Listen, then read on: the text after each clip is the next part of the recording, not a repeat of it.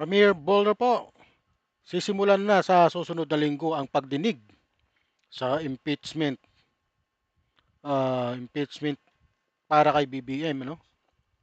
Nag-trigger na po ang 1 year ban rule ng ng Congress. Ito na po. Ayon po sa kanila, pagdinig ng House Justice Panel sa impeachment complaint versus PBBM target sisimulan sa susunod na linggo. February 2, 3, 4. Ang ayon po rito sa kay Congressman Jervil Luistro, atin pong pakinggan ang panayam sa kanya. We are considering the dates of February 2, 3, and 4 as Okay. our initial schedules, no?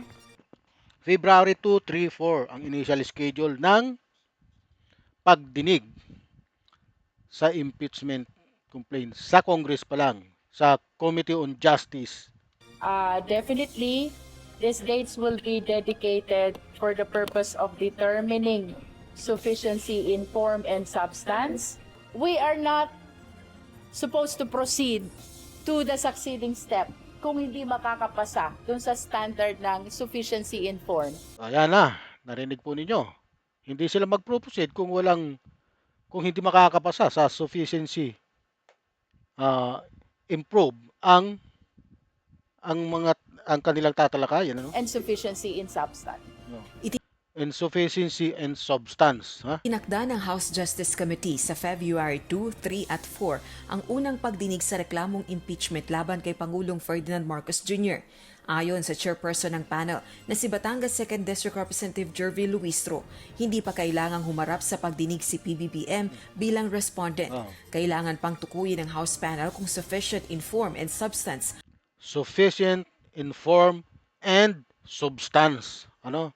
Yun ang malaking problemahin ng nag-file. Kung mayroon ba, sa bagay, kasi ang number one dyan, yung na sinasabi nila, yung corruption, yung flood control scam na ibinibintang nga kay PBBM na siya mismo ang nagpa-imbestiga. Marami pong nagsasabi na siya nga ang nagpa-imbestiga nito. Tapos, ang ginawa naman nitong mga to ay hindi sila naniniwala na talagang command responsibility daw. Hindi daw po pwedeng hindi alam ng Pangulo ang mga nangyayaring yan.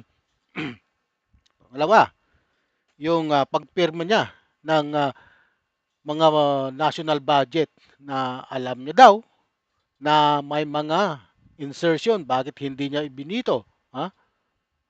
May mga insertion, may mga basta marami. Ang natatandaan ko, nagbito siya nitong 2025 national budget. May binito siya pong 198 billion yata yun kung hindi ako nagkakamali. Pero, tignan natin kung talagang substantial evidence yun mga yun. Kasi, hindi nga lahat ng nakalagay dyan sa national, GAA, alam talaga, mabubuklat mo. Malalaman mo na lang na yan ay, ang sabi po nila, malalaman mo na lang na ang proyekto na ghost kung walang nagawang proyekto pero nagkaroon ng insertion. Yun. Kaya hindi talaga malalaman ng Pangulo yan. Unless nagtuloy-tuloy na yung pag-disburse ng pera sa mga budget pero walang proyekto. Yun. Doon mo lang siya malalaman na wala talagang nag-exist na project na marami pong natuklasan ganyan na ghost project. Di ba? O sapat sa anyo at nilalaman ang impeachment complaints na inihain laban sa presidente. Dito rin pagsasamahin ang dalawang reklamo na iniendorso ni House Deputy Minority Leader at Pusong Pinoy Party List Representative Jet Nisay at ng Makabayan lawmakers. So we will see in the deliberation on sufficiency in substance if the statement of facts, the allegations contained in the impeachment complaint are sufficient to substantiate a ground, some ground, or more grounds for impeachment. Pag sinabi mong betrayal for public trust, yun bang allegations na yon? Does it constitute betrayal of public trust? Sakaling insufficient sa anyo at nilalaman, ididismiss ang reklamo at gagawa ang House Justice Committee ng report. Kaugnay nito, tatalakayin pa rin ito sa plenaryo ng Kamara. Sakali namang sapat sa anyo at nilalaman ng reklamo, itutuloy ang pagdinig at kailangang tukuyin kung may sapat na batayan ba para suportahan ang impeachment complaint. Sa loob ng 60 session days mula nang mai-refer ang reklamo, kailangang maisagawa ng House panel ang pagdinig, pagsusumite ng ulat, findings at recommendation. Kung mapagpasyahan ng House panel sa pamamagitan ng boto ng mayorya ng mga miyembro nito na may probable cause ang impeachment complaint batay sa mga ebidensyang iniharap sa komite, magsusumite ito ng report kalakip ang isang resolution na nagtatakda ng articles of impeachment.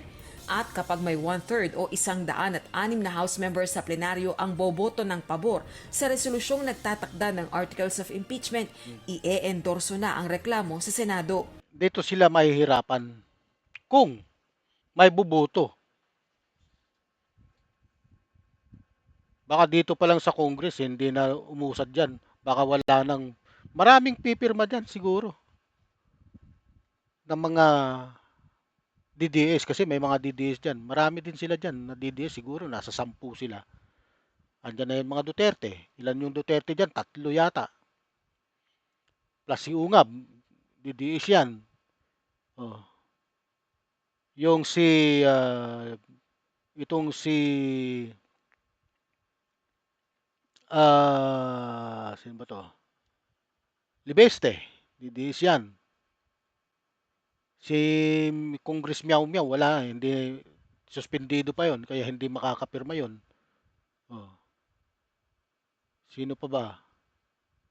Yung yung isang congressman din ng Mindanao. Sa ano yan, Cagayan de Oro. Ay hindi, palagay ko mahihirapan sila makakuha ng 1/3 upang mag-proceed para may endorse sa Senate. Oh. Kung sa Senate naman, kung halimbawa man pumasok diyan sa Senate na ang article of impeachment, mag-proceed na yung impeachment court,